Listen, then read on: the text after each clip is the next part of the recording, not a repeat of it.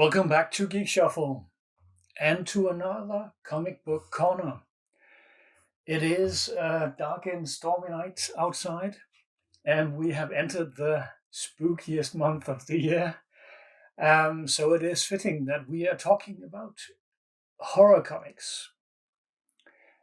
It is not all gonna be horror. Horror in comics is a wide term. Um, when we're looking at Marvel and DC, horror is a bit wide ranging from having a monster in it to, well, it can be a bit scary, over into the indies where horror is a bit more fitting often. Just like the last Comic Corner, we are starting with a bit of history to make everything make a bit more sense. Um, Horror in comic books started during World War II. We're going back a bit further than the swimsuit, because horror as a genre does go a bit further back as well. During World War II, needed distractions, obviously, and somehow they like to get scared. I don't know how that makes sense, but I guess it does. And the first single comic book that had a horror theme was Classic number 13, and as always, I have the images here because I don't have this. Classic Comics number 13, Dr. Jekyll and Mr. Hyde from 1943. Dr. Jekyll and Mr. Hyde is, of course, a classic novel, Dan Stevenson, I believe. And we have to wait a bit after World War II until 1947, where Avon published Eerie number 1. And this is the first ongoing series, and it will be running for quite a while. And it will get a sister series later called Creep. And these two series will run for a while, publishing self-made horror stories, and will be familiar to a lot of people, I am sure.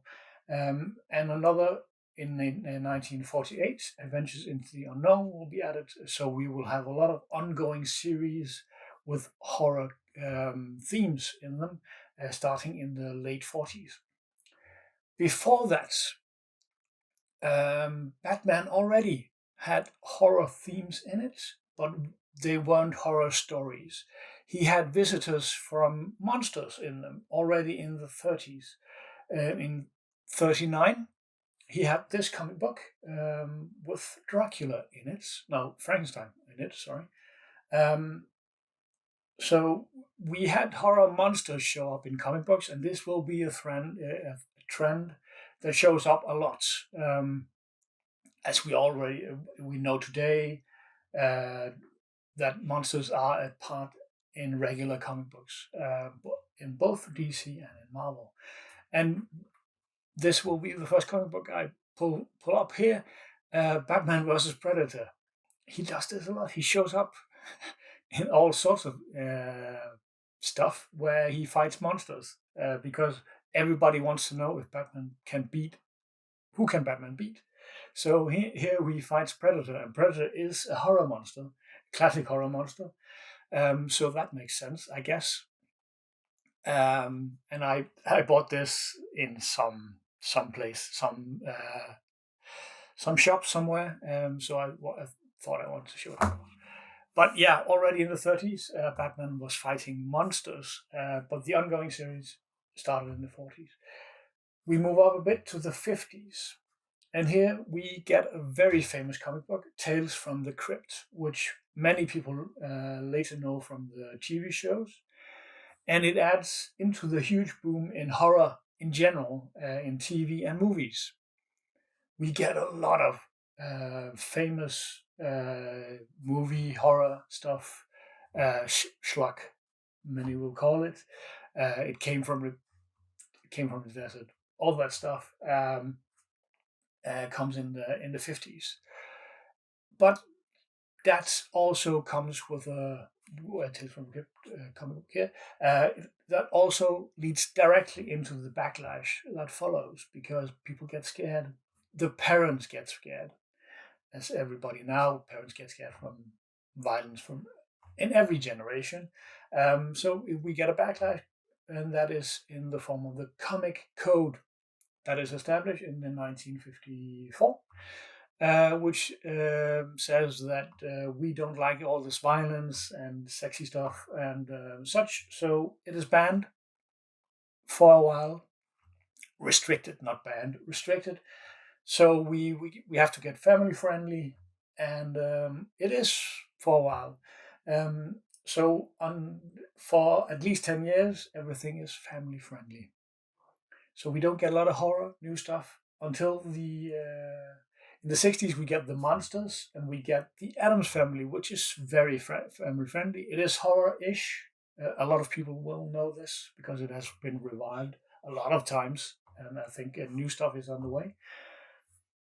Well, Wednesday was just released and is very popular and is from the Addams Family, of course. But towards the end of the 60s, something shows up that is the first sign of the apocalypse. The first sign that the Comics Code is about to break. And that is Vampirella. I'm sorry that I don't have a better version of this. I won this in an auction. An anime version of Vampirella. And I know the Vampirella purists out there are screaming right now. This is, of course, not how it is supposed to look. But Vampirella shows up in 1969. Nice. As the first sign that the Comic Code is about to get less restrictive. So in the start of the 70s, we get a lot of stuff. We get Morbius. We get Dracula. We get Werewolf by Night. This just came out this month, a new version of Werewolf by Night. Some of you might have seen the one-off from last year. It gets released in color this year from Marvel. So, of course, we get a new comic book to go with it. Werewolf by Night. Very cool. Ghost Rider. Everything launched in 71 when they found out that the Comic Code was dead.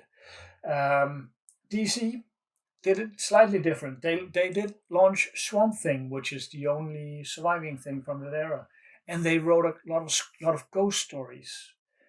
They printed a lot of ghost stories. The ghost stories didn't survive the 70s, but Swamp Thing got revived from the 70s. So he made it. He is hard to kill.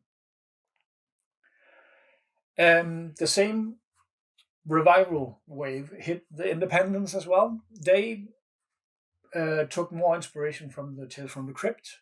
So we got a lot of those anthology series, horror stuff from that era, which is cool, and more pure horror. All of this is because Marvel and DC isn't really horror, but it's monster horror. It's a bit different. Some of it can be a bit dark, but not that dark. Tales from the Crypt can be really horror-ish. But comic books had a downturn in the 80s, so it was a bit quiet. I didn't find anything that was that important to talk about in the 80s. I am sure there is something, and I'm sorry for the fans of that something. But when we get to the 90s, we get something again. DC established Vertigo, which is their darker brand, and Marvel published Midnight Suns, which is again the Monster Hunter brand, where we have Blade and we have the game just came out. A lot of people got to know the Midnight Suns. I really like that game. Vertigo publishes a lot of stuff, but we will move on to the 2000s, which had a huge array of titles. I'm not sure if Sandman might be before the 2000s. It might be late 90s. Sandman, you can argue if it's horror. It's psychological horror. Maybe Sandman, of course, Neil Gaiman, very, very popular, has its own TV series as well now. The next on the list was huge. The TV series might have messed with that a bit. The Walking Dead Image. I don't have anything from Walking Dead because my friend has everything and I borrowed his. No reason to buy everything twice. So The Walking Dead from Kirkman. Kirkman is an amazing writer. The comic book is awesome. Invincible as well, of course, is awesome. He's great. Walking Dead, of course. We have Hellboy, Mike Mignola. Hellboy. Good movies, some of them. Great comic book, Hellboy. Again, you can argue how much it is horror. It is horror-ish. Again, action horror. Spawn. This is the Scandinavian version because that is what I had. That it was what I read when I grew up. Spawnish. Again, action horror. Marvel Zombies. The zombie trend hit Marvel as well, which is fine. And then in 2001, Marvel did copy DC and with Where to Go, and they started the Max brand. So they had their own label where they could publish stuff, and that is the brand that used to publish Werewolf by Night, and now it's just Marvel, I guess. But they published other stuff on that brand as well. And that covers the major labels. And then I want to talk a bit about the indies and European stuff. And I am not that versed in it because it is so huge. But I really want to cover Metal Hurlant, and heavy metal. Because this is where a lot of stuff is published. And a lot of people don't know about it. And is a bit scared because it might be a bit risque. And if you're under 18, you might definitely don't want to pick these up. But this is where I read a lot of horror stuff because there is a lot of horror stuff in these. This is the original French. Oh, I definitely don't want to do that on YouTube. I'm sorry. There are a lot of horror stories in these. There are some erotic stories as well, so it's a mixed bag. But I've read a lot of horror in these. IDW, Lock and Key, again, psychological, outer god stuff. These I picked up at a Comic-Con, London Horror Comics. It says it in the name. Again, we've got stuff. Dynamite does Freddy vs. Jason vs. Ash. Definitely some horror classics here. Top Cow Image again does some horror stuff, body horror universe here, and other indie stuff. Right now, a new Something is Killing the Children is very, very popular and is out right now. And on the indie scene, if you really are into horror comics, look at indie comics and the smaller brands because that is where it is at. Marvel and DC dip their toes into it, but it is on the indie scene. You have to find real horror if that is your bag, if that is what you are into. I hope this was interesting for somebody. It was interesting for me to look into the history of horror comics. It isn't the biggest part of my collection, so I had to dig a bit deep to find some examples and a lot of inserts this time. But it's what's definitely interesting to take the time. I will see you in the next video. Thanks for watching. Bye bye.